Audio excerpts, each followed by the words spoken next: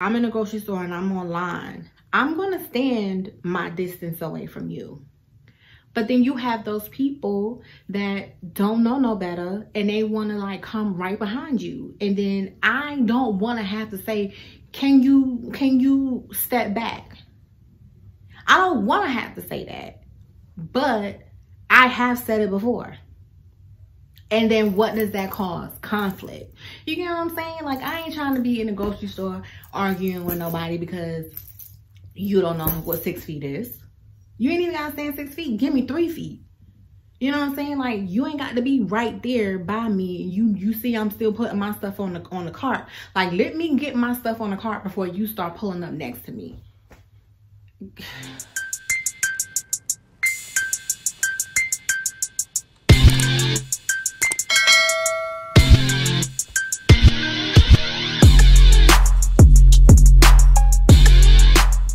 Hey, my candy loves. Welcome back to another video. So today's episode is going to be Pillow Talk with Candy. I want to call it Pandemic Anger Management. I'm not here to judge anybody. That's never my intentions. But for me, I really think that since the pandemic has started, this will be a very opinionated video. I'm not asking anyone to agree with me, not asking anyone to disagree with me, because we all, you know, have our opinions and what we feel we should do for ourselves. Okay, so this was really laid on my heart to do this video because I have had people, friends and family that have contracted this disease and have died from this disease. And I really think that a lot of people, they don't really take it serious until it hits close to home for them. Okay. And it shouldn't be that way. It really shouldn't be that way. Even if no one in your family has contracted it, thank God.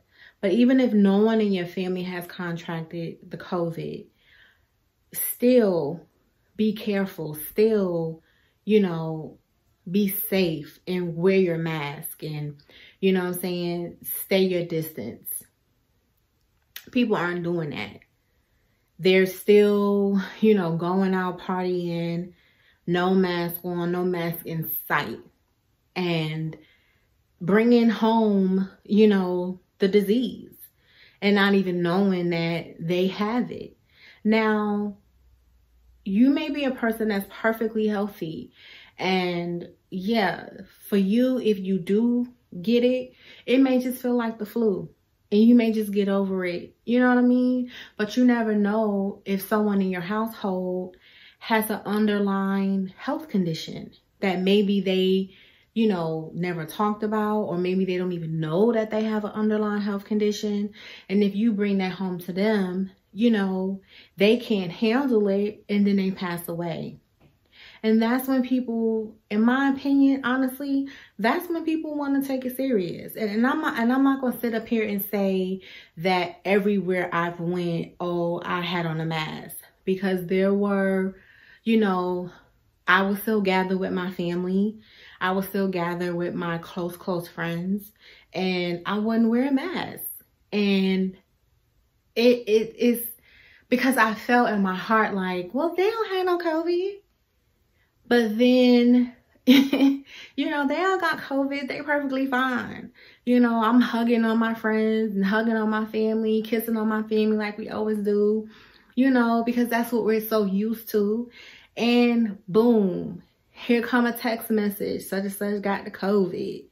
Oh, damn. So now everybody got to go get tested. You know what I mean? So me and my family actually just went through that. Like, we just went through a COVID scare. But that basically was what it was. Thank God. It was just a scare. It wasn't COVID. Everybody, you know, came back as negative. And, you know, but it makes us, and it makes you want to just, you know, really, really take it serious, because it is a very serious disease. And the reason that, you know, I'm on here even talking about it, because most of the time I wouldn't even really talk about it, because I feel like as individuals, you do what's right for you. You do what's best for you. But I have actually, it had to take someone that I knew and was close to pass away for me to say, okay, I'm not playing with this disease. I'm not playing with it anymore. Even when I go around my family, I am going to have on my mask. Every time I walk out of this house, I am going to have on my mask. Because, and that's the same for my kids and my husband. You know, I don't go out of the house to work. I work from home. My kids do virtual schooling. So we're in the house all day, every day. But when we do go out of the house, just recently we went out the house to, you know, a restaurant, just to get out of the house every now and again. I'm not saying stay in your house. I'm not saying be stuck in your house. But, you know, we did go out of the house, but we were masked up, which right now that's what pretty much everybody's doing. It's really like you can't get in a lot of places without a mask on. Like they be like, nah, you can't come in. You know, you need a mask. And I'm appreciative of that, because when it first came out, some people had masks, some people didn't, you know, and they was letting people go into the stores and go, you know, wherever they wanted to go, and they didn't have an issue with it. But now it's like, oh, well, you're required. It's mandatory, you know, that you cover up. So, but this situation hit me really, really hard because of my coworker that passed. You know, we were really close. You know how you have those coworker friends that you really just, that's like that's your dog, you know what I'm saying? That's your dog, that's your girl, you know what I mean? She only one you gonna talk to at work, you know? So we all kind of go through that. But she was an older lady. She was older than me. And I really respected her. You know, she reminded me, you know, a lot of my mom. So I know that she always had like underlying health issues. You know, since I met her, I worked with her for 5 years. So she's always had, you know, underlying health issues and, like allergies and other type of stuff. I know she was in a hospital for 1 year for something. So she's, you know, she was at risk. And, but she used to be the main one to say, you know, Candace, don't go out of the house. Don't leave the house, you know, stay in the house. You know, don't let them kids go nowhere. Just stay home. You know, just stay in the house. I'm not going out the house. Only time I go out the house is if I need to go to the grocery store, and that's it. Like, you know, so she takes a trip to go and visit her daughters in Florida. And she got sick. And of course, you know, at first they pretty much thought it was just a cold and, you know, maybe the flu or something like that. But then she was in the ICU. And yeah, she didn't make it. And so it hit me really, really bad. It hit me really, really bad. And it really made me open my eyes more and take it more serious than I ever have taken it before.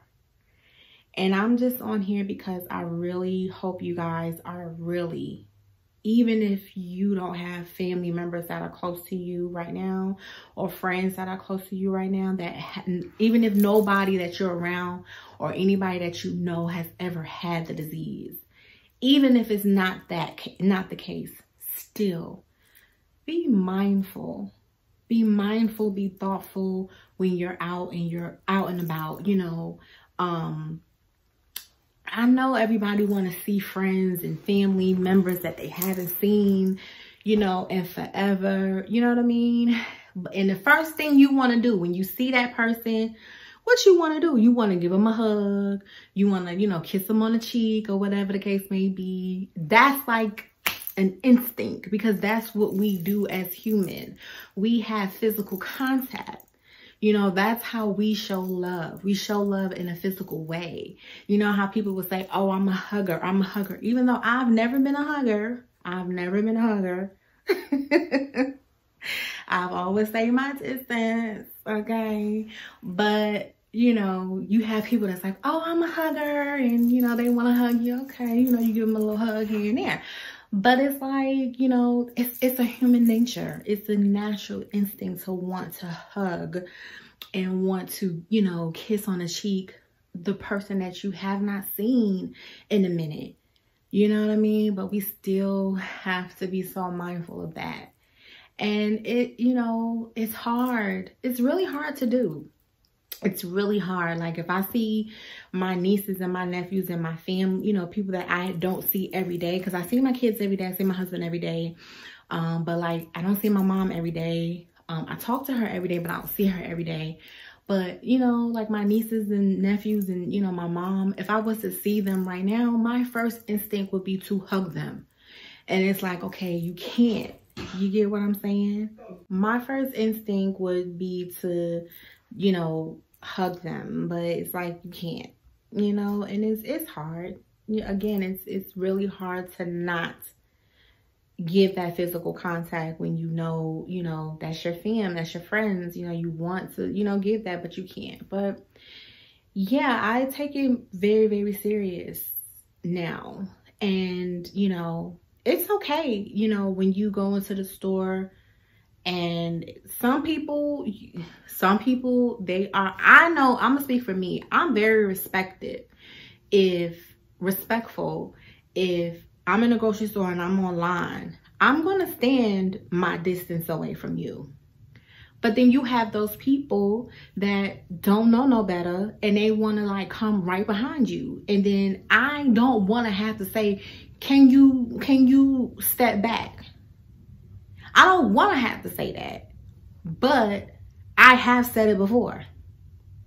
And then what does that cause? Conflict. You get what I'm saying? Like, I ain't trying to be in the grocery store arguing with nobody because you don't know what 6 feet is. You ain't even got to stand 6 feet. Give me 3 feet.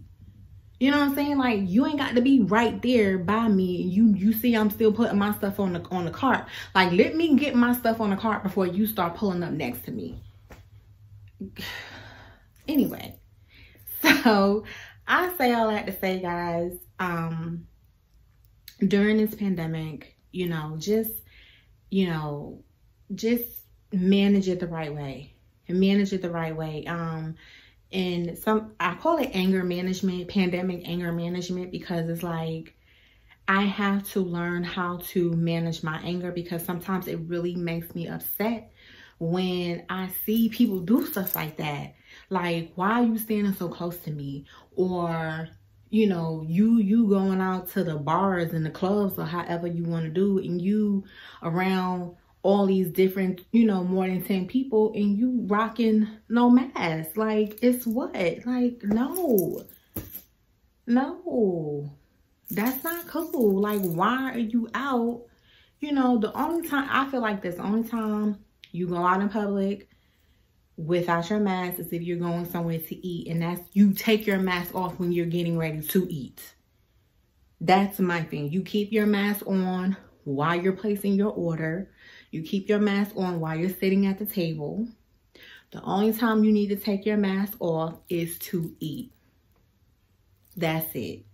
You know, so you know, it does make me upset. It does make me upset because I feel like there's so many people that didn't have to die from this, that didn't have to leave, you know, that had to leave before their time.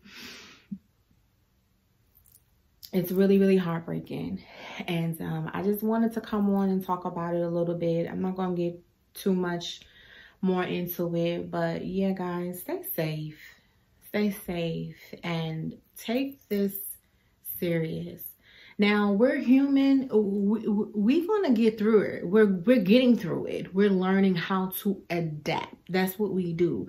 That's what humans do. We adapt in the environment that we're in. Point, period, blank. Okay, so we deal with what we have to deal with in order to keep it moving and keep surviving. And that's what we're doing. Now, it's hard. Yeah. Is this the new norm? Probably so, for a little while. But yeah, I feel like we may have to endure this for maybe another few years before we can actually get back to normal, because they haven't shut us down long enough for everybody to be cured of it and not spread it. You get what I'm saying? Like, they're Asia and these other different countries, they don't even have it anymore. They're back doing regular human nature things. And no one has it there anymore. Nobody's contracting it anymore. And you know why?